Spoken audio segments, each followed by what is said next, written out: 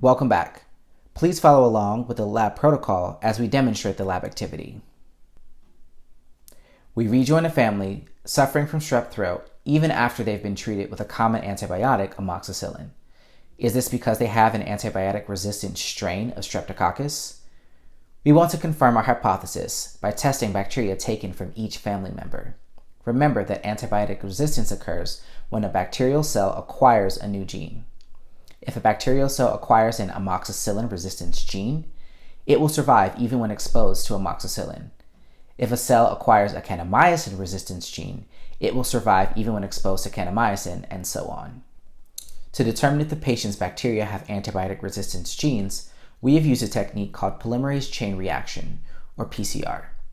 If antibiotic resistance genes are present, PCR will copy the gene many times, creating millions of identical pieces of DNA. After successful PCR, those millions of identical pieces of DNA can be detected by gel electrophoresis. DNA carries an overall negative charge due to the phosphate groups, so during gel electrophoresis, DNA will only move towards the positive electrode.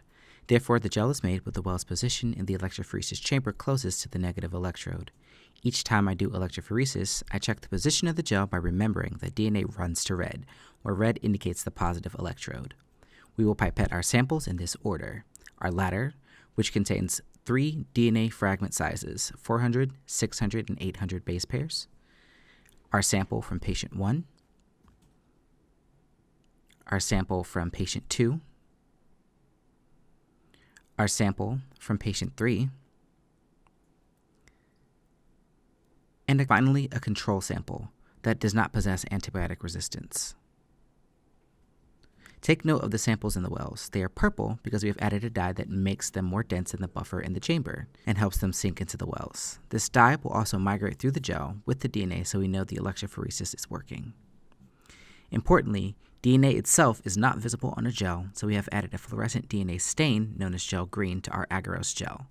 The stain will bind to the DNA and fluoresce under blue and ultraviolet light. This stain will allow us to see our DNA fragments as they move through the gel matrix. Remember that each band that you see on the gel is a population of millions of identical DNA fragments moving together. Now that the gel has finished, let's take a close look.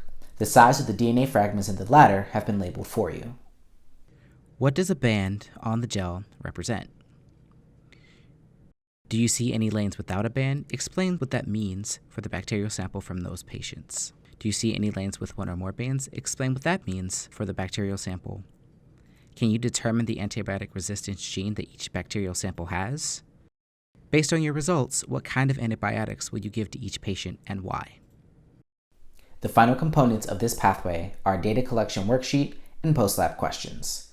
Please check with your teacher to determine how they would like you to complete this assignment. Good luck, and thank you for participating in this pathway with the BioTeach team of MassBioEd.